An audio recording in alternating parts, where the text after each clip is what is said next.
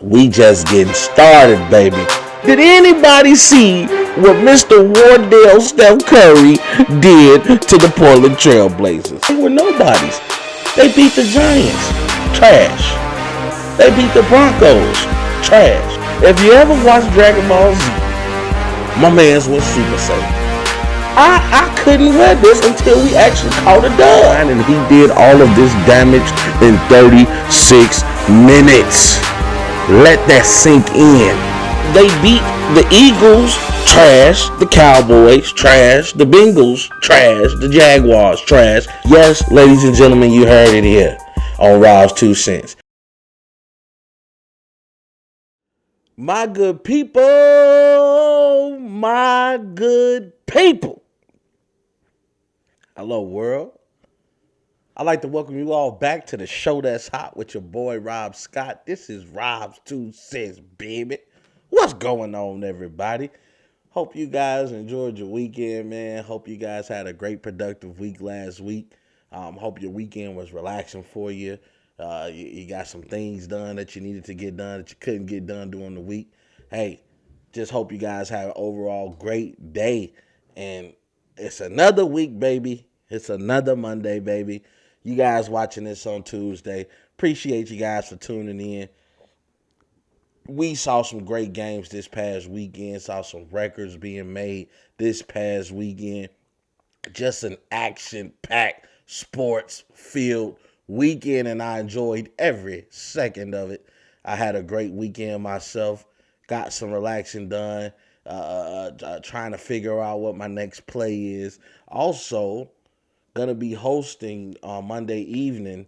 So by the time you guys watch this, I would have already hosted the game. But my boy Jesse, you know what I'm saying, aka Big Sleeves, has started a semi-pro league called the Guerrilla Warfare Semi-Pro League. It's a Chicago Pro-Am league, and I've been asked to host tonight's games. So Rob's 2 Cents is going on the road, so I appreciate him for keeping me in mind. Just trying to grow my brand, and he's trying to grow his. So we coming together and trying to make this thing happen. So again, to my boy Jesse, I appreciate you. Can't wait to call the games on this Monday night. And on Tuesday, when you guys are watching this show, I hope by next show I'm telling you guys that I had a successful outing, which I know I will. I prepared the right way. So, I'm definitely excited about doing it. I'm actually recording this show before I go do that. So, keeping my priorities straight, got to get this show done, but also, taking care of other things, getting my name out here, building my brand. That's what we all about in 2021, man.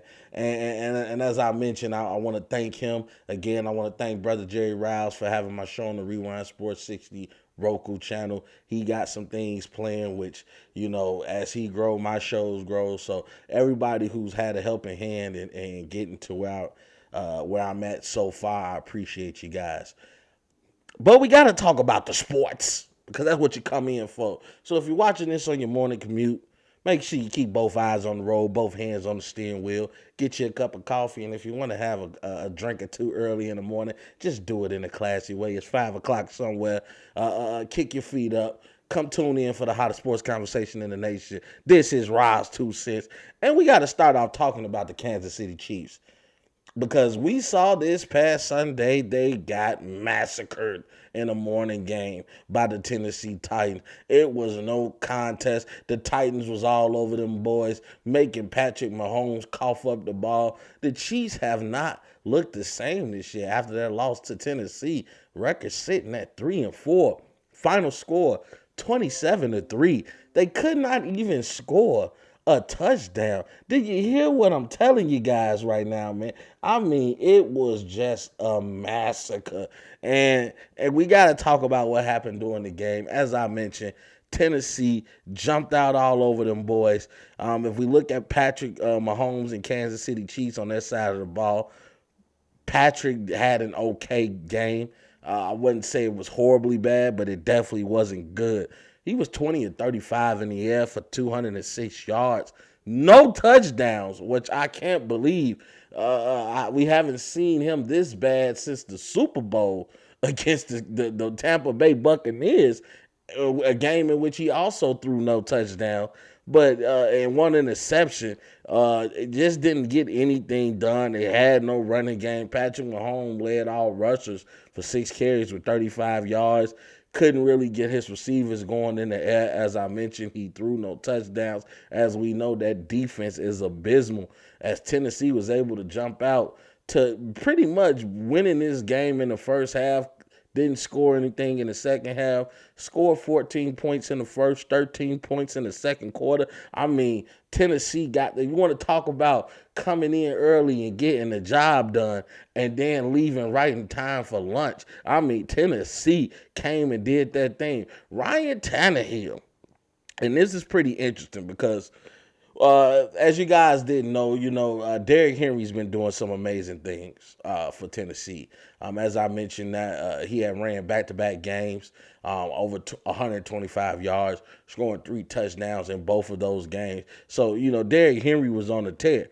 So any team's game plan is to try to take away what you do best. And as we know with the Tennessee, they run the best. They have a beast of a running back in Derrick Henry. And what Kansas City did was they came in, they took away the run. Derrick Henry wasn't that successful on the ground. 29 carries for 86 yards. A lot of carries for your running back. And even though we know Derrick Henry is a beast, we don't want to see you burn out his fire too fast. We don't want to see that fire burn out, that light burn out too fast by giving Derrick Henry all these carries, because no matter how big he is, no matter how strong he is, sooner or later, those hits begin to add up.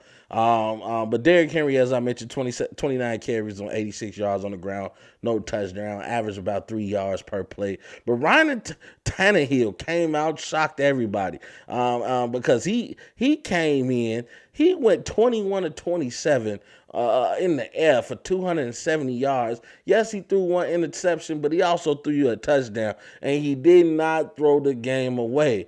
And let me tell you this, Derrick Henry, showing off his arm, also had a touchdown pass for 5 yards in the red zone. So they're bringing out the trickery, the trick plays out there on Kansas City. A.J. Brown had himself a game.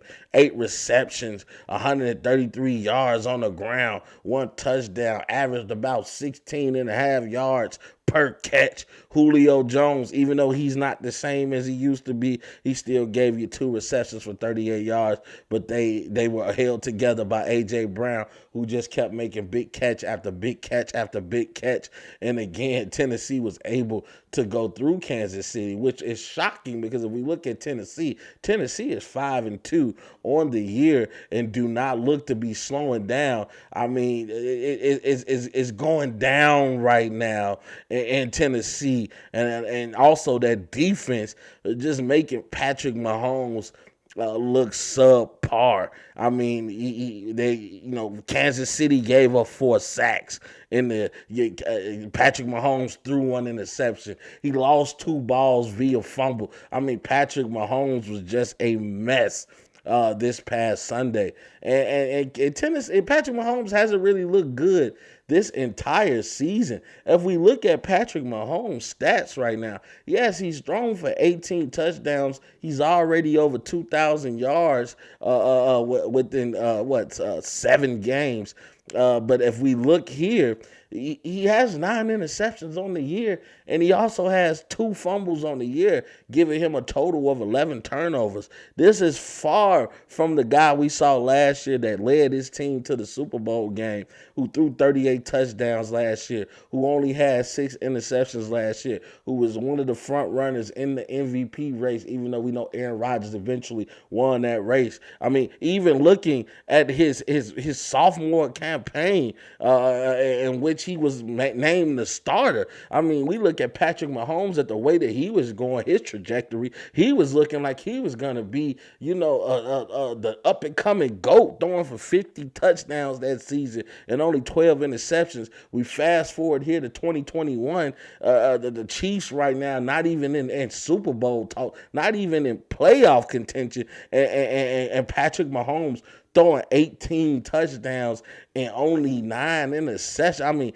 that is not good, Pat. And we know that defense is bad. Patrick Mahomes is trying to overcompensate. Because he's trying to do more, because he does not want that ball to go back in the offensive of the opposing team's hands, because this defense can't stop anything. They can't stop anything. I mean, if they were a dam, they wouldn't even be able to stop the river from flowing into the city. They can't stop anything. Kansas City defense has to be ranked in all categories in the lower 20s. It's only 32 teams in the NFL, ladies and gentlemen. Just horrible this year. And as I mentioned, the Kansas City Chiefs, they're third place in their division. A division that has the Oakland Raiders and the LA Chargers, who both have made significant improvements in their team this year. And it's definitely showed, especially with LA going through that debacle with their head coach and John Gruden, him resigning from the team, and them trying to, get away from the distraction that he left on this team. The Raiders are looking pretty good, but the Chiefs, who are normally a staple in the AFC West, remember, we're talking about a team that's been to the AFC Championship game in 3 consecutive years, have been to back-to-back Super Bowl games, have even won one of those games when they won that Super Bowl against the 49ers. So it's just a confusion about this Kansas City Chiefs team. You don't know what's the problem. I mean, we do know that they're defensively disabled. I should say they are defensively challenged. But that offense, man, was still having Travis Kelce, still having Tyreek Hill, bringing in a Josh Gordon. You would think that they would be able to put points on the board, but that has not been the case. So like Patrick Mahomes has caught the turnover bug. We hope he's able to get back to form. I believe the Chiefs will get back to form, but they were a lot of people's Super Bowl picks, not mine, but a lot of people's Super Bowl picks, and it looks like the Chiefs are going to have a hard time just making the playoffs. We'll keep our eyes on them as this season begins to develop. As for Derrick Henry on the side of the ball, his streak has stopped as he wasn't able to go over 100 yards this game, wasn't able to get any touchdowns on the ground, so he still sits at 10 touchdowns on the year with 869 yards. So we'll be keeping our eyes on him as he's in that MVP watch, because another person that was in that MVP watch, again, had themselves a day and also made a little history. But let's jump over to the NBA for a little bit. Let's talk about the Golden State Warriors. Let's talk about my boy Steph Curry, because he has been on a tear this year. Right now has his Warriors sitting at 3-0. The NBA is back, baby. Golden State in second place in the power rankings, which I don't agree with. I believe them or the Bulls should be first or second, respectively, as they've been able to run through their teams, especially with the Warriors in particularly playing 2 playoff contended teams and then also playing a tough Sacramento team as well. They come in the game opener against the Lakers.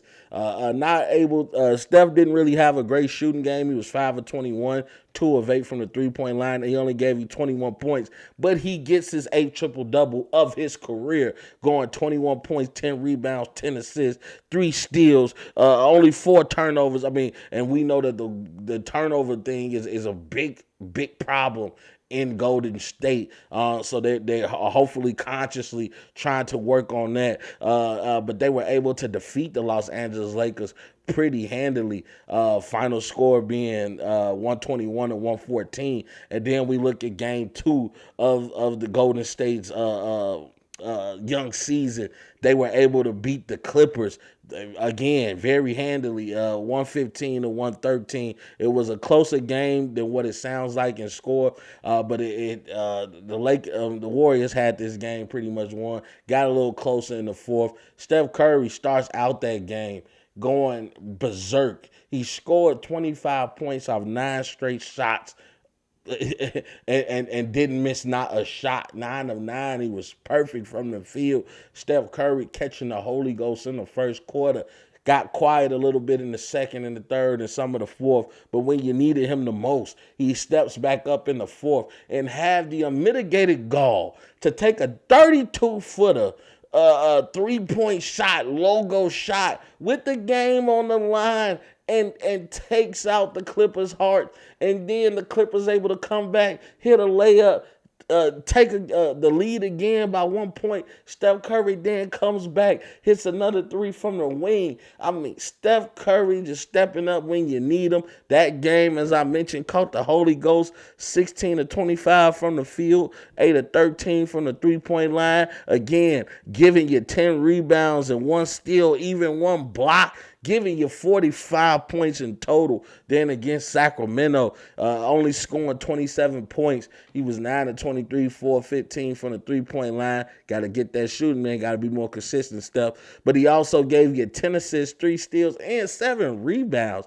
They just went through Sacramento, 119 to 107. Golden State now 3-0, one of the few undefeated teams left in the NBA after the start of the young season, and through 3 games has averaging 9 rebounds. We know he can score. Him having 31 points, that's not shocking to us. But him giving you 9 rebounds through 3 games, him averaging 7 assists through 3 games, that is impressive. Steph Curry already making a name for himself through this very young NBA season, letting everybody know why you're picking this guy to be MVP and you're picking that guy to be MVP. Don't forget about me, the only unanimous MVP to ever play this game. Steph Curry doing his thing. And I told a lot of people, do not sleep on this Golden State Warriors team. You got to remember, Clay is not there. You got to remember, James Wiseman is not there. That rookie that they picked up in the offseason, he's not there. So you got a lot of people that are not there for this team. And I do believe that Golden State is only going to get better once they bring in these guys and start to get their roster back in order. I mean, Andre Iguodala didn't even play in the last game against the Sacramento Kings. So, the return of him, having Steph pick up and be the Steph that we know. Andrew Wiggins playing big this year. Getting Otto Porter, who surprisingly been holding it down in the paint, helping out Draymond Green, helping out Looney, Kevon Looney. So they got some guys on this squad. Gary Payton, too, Jr., stepping up big, getting Bielitsa, him being able to be another playmaker for this team. I'm telling you, man, the Golden State Warriors, we know about Damian Lee. We know about Jordan Poole. Jordan Poole been stepping up, as we saw all preseason, making big shot after big shot, and he's starting to carry that into the regular season. He's going to be a nice guard to be in that rotation, especially when Clay comes back. You have somebody like Jordan Poole, who's instant offense off the bench, coming in with that second unit and doing damage. Golden State Warriors is going to be a team to be reckoned with in these up-and-coming playoffs, and they're going to make a lot of noise. And another team that's going to make a lot of noise as we go out east is the team who you see on my hat right now, and that's the Chicago Bulls. My Chicago Bulls. The city is looking good right now. We got a lot to rejoice about right now because the Chicago Bulls, my friends, are also a team that's undefeated, looking to stay undefeated tonight as they go against Toronto. The Bulls coming in made some huge key acquisitions in the offseason, as they got Lonzo Ball, as they got DeMar DeRozan, as they got Alex Caruso. I mean, it's just picking up players like this, players who defend well, players who could get their own shot. You bring in some champion pedigree with Alex Caruso. As you guys recall, he was on that Lakers championship team in the bubble, playing with LeBron, playing with AD, playing with Rondo. So he's been around great players and know what's expected of him. And we saw in the preseason that this is going to be an exciting team. This is going to be a defensively sound team. I like them with that boy Green, who's just a Javonte Green, who's just a stud. I mean, jumping out the gym everywhere, just being there defensively, being that energy guy. We know what Alonzo can do, setting up the team.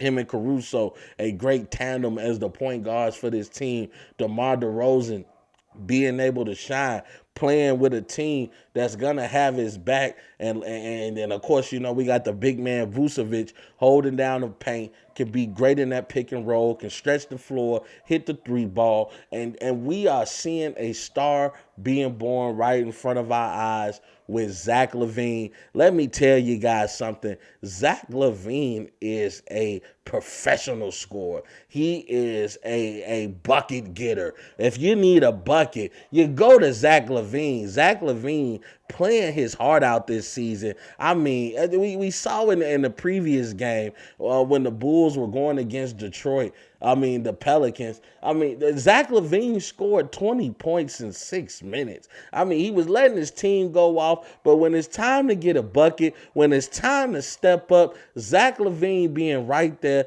doing what he got to do to make this team better, and you can tell that he's happy that he has people around that's going to step up being with him. The Chicago Bulls is going to be a team also to be reckoned with in the East, especially we see the controversy with Brooklyn not having Kyrie on the floor and the impact that's had on them. We don't know what's going to be the situation with Philly, with Ben Simmons. Is he going to come back to Philly? Is he going to play this year?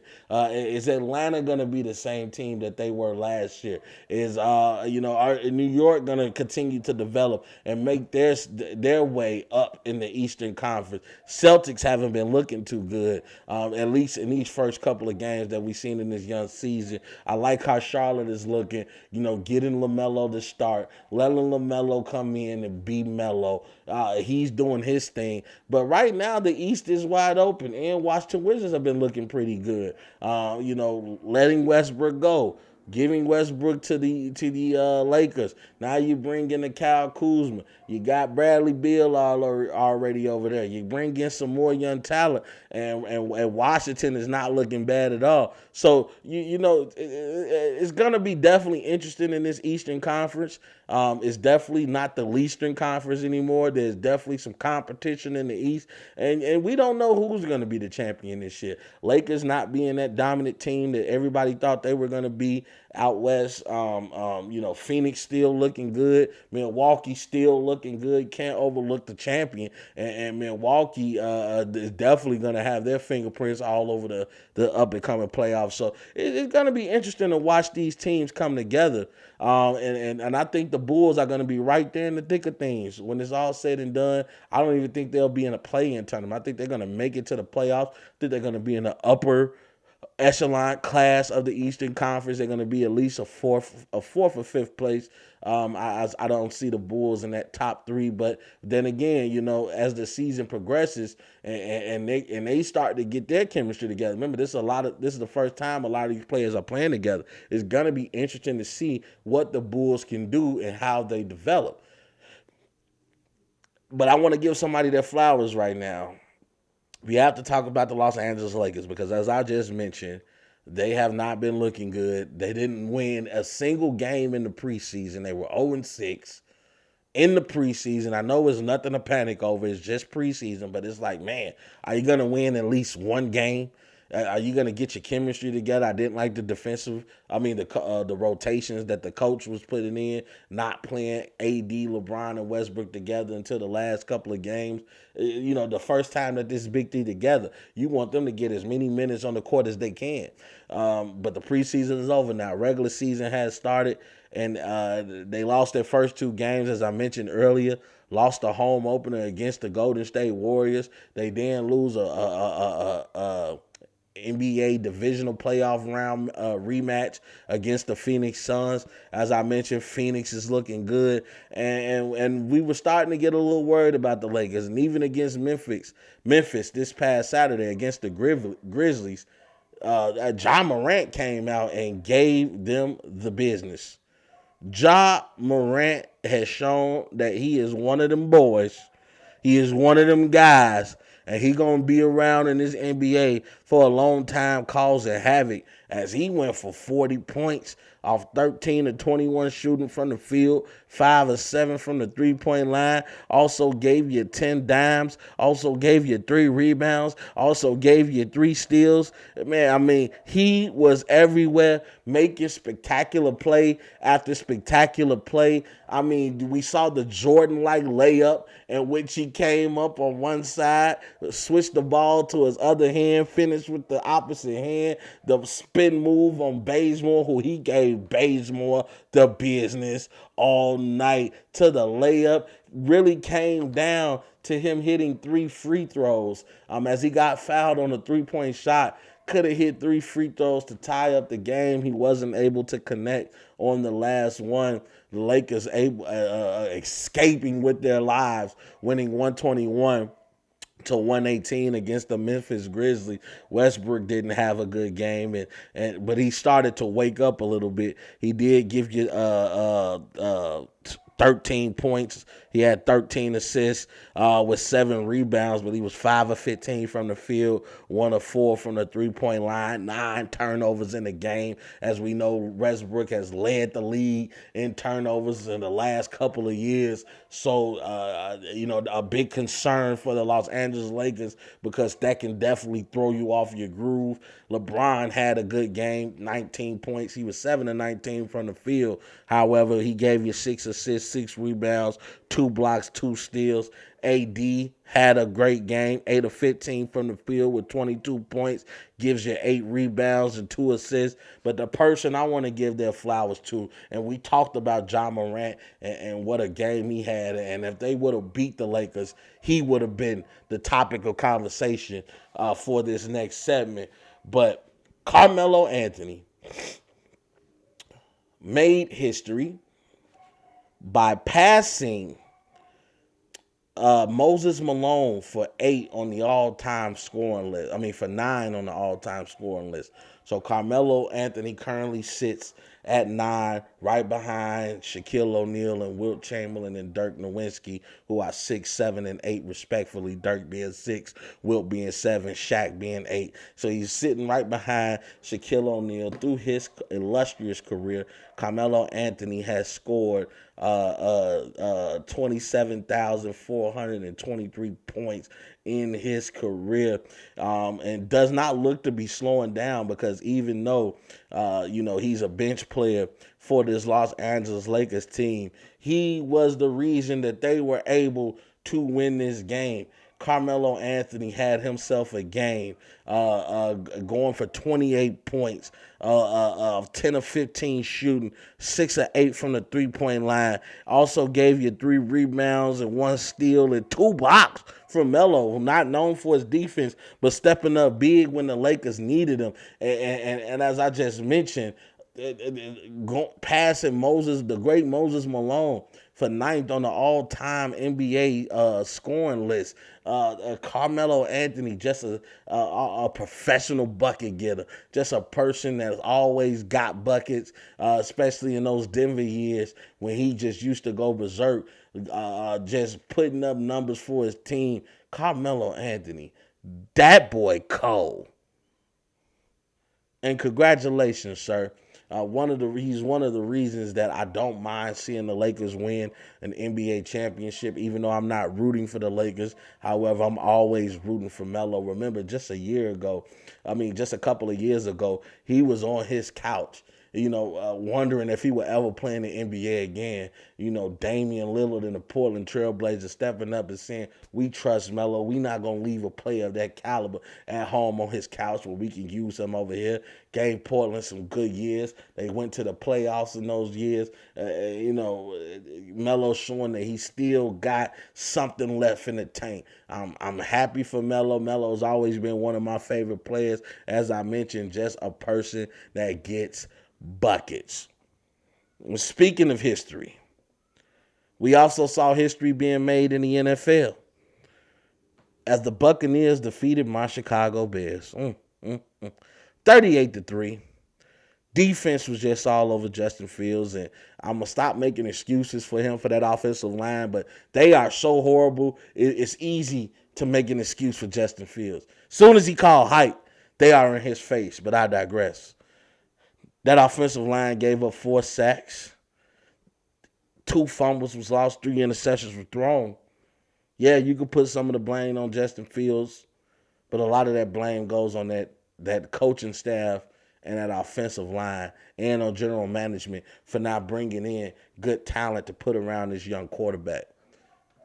But this is about Tom Brady. And Tom Brady came into this game and went to work. He had another 4-touchdown day on the day. He was 20 of 36 in the 4 attempts, 211 yards in the air. No interceptions thrown. He gave 8 receptions for 111 yards and 1 touchdown to Chris Godwin. And Mike Evans doing his thing with 6 receptions for 76 yards and had a 3-touchdown catch day. Leonard Fournette doing his thing as the running back, 15 carries for 81 yards and 1 tough touchdown in the end zone as he rumbled and tumbled and made his way in. Tom Brady now, y'all, has now thrown for 600 touchdowns. The first and only quarterback in the NFL to ever throw for 600 touchdowns. He currently sits at 602 touchdowns in his career and only 194 interceptions thrown.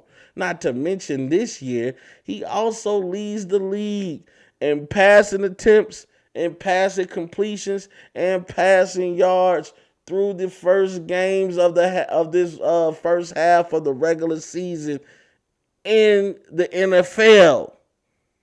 Tom Brady continues to do it again and again and again and again. And this Buccaneers team looks deadly. And not to mention, they have a favorable schedule because if we look at the rest of their games, let's get here, pull it up on the handy-dandy laptop. They're going to be playing the Saints this Sunday. Then they get a bye week. Then they're going to be playing the Washington football team, the New York Giants, and their toughest outing is going to be probably against the Indianapolis Colts on November 28th. The Buccaneers are looking right now like they can win the rest of their regular season games and go undefeated in the second half of their regular season. You guys keep your eyes on the Tampa Bay Buccaneers. Tom Brady's playing at another level right now. As I just mentioned, he is going berserk, and I would not want to be a team that has to face Tom Brady and the Buccaneers right now, especially because they have also been hit by the injury bug, and they're going to be getting some players back very soon. Gronkowski's going to come back. Antonio Brown's going to come back. Some of their defense that they're missing is going to come back. The Buccaneers are going to be deadly. Richard Sherman will be back. Keep your eyes on the Tampa Bay Buccaneers. And last but not least, I got to talk about the Brooklyn Nets. And with the Brooklyn Nets is going on, I apologize if y'all can hear this dog barking. I have no control over that. I'm sorry.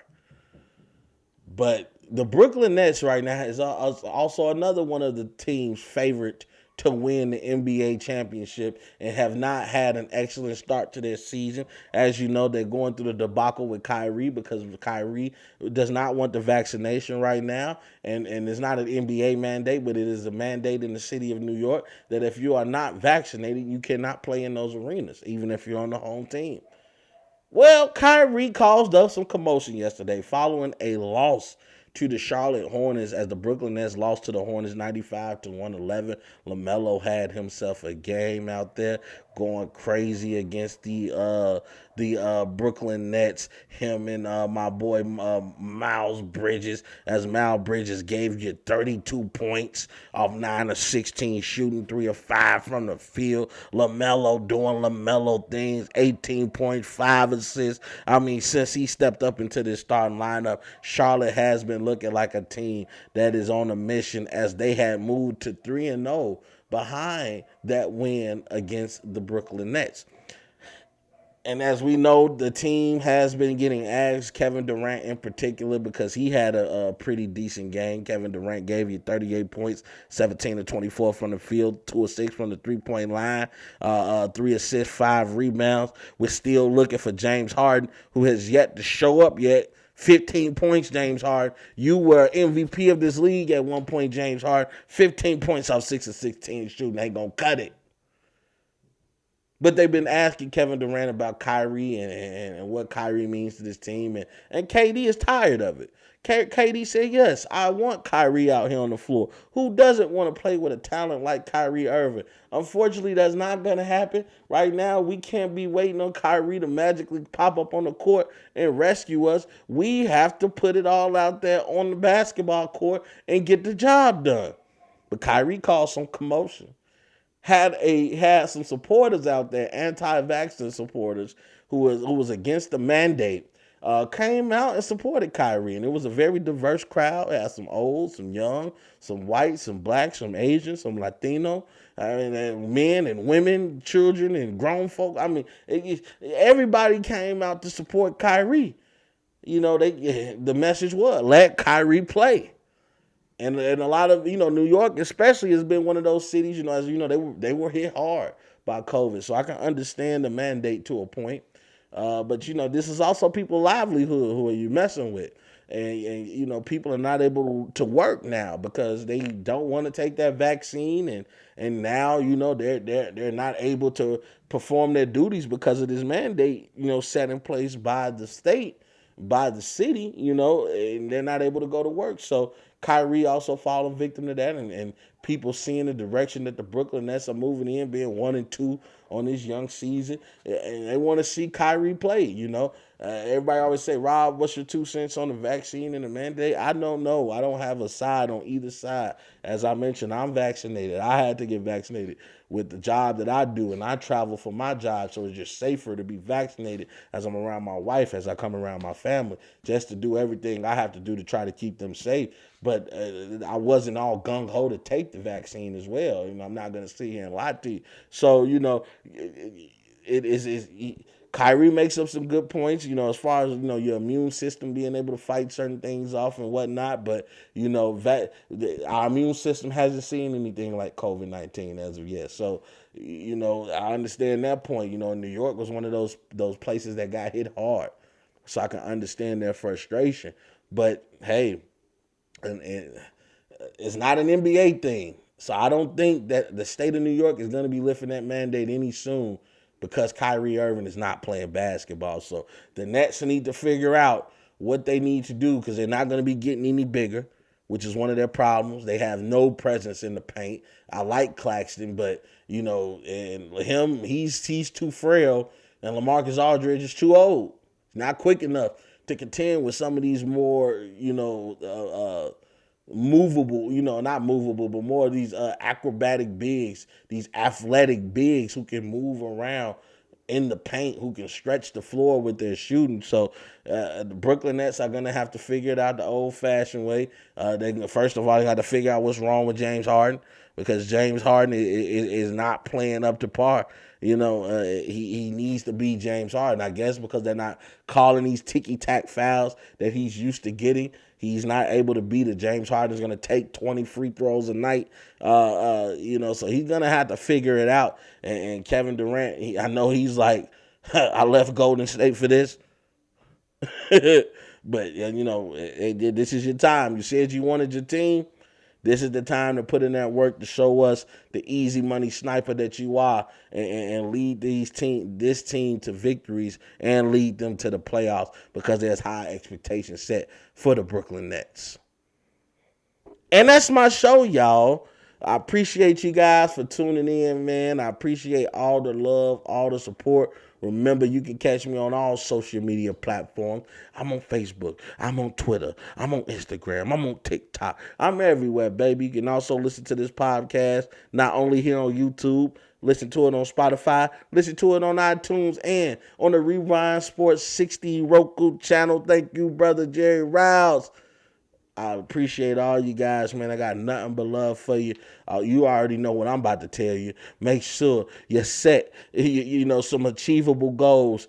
Get a plan on how you're going to achieve those goals. And then you go out here and then you execute. I love you guys, man. I hope you guys continue to be great. And you already know the slogan, baby. We gone. There's a bigger fight going on. There's a much bigger agenda than the streets. And I know sometimes it's hard to see that far in front of us. But we have to look past the illusions. Look past the delusions of grandeur. And look at the bigger picture. We need to become better versions of ourselves each and every day. Fight for what you believe in. Because if you stand for nothing, you'll fall for anything. We just getting started, baby. You guys know the slogan now. Hope you all have a great evening. And we got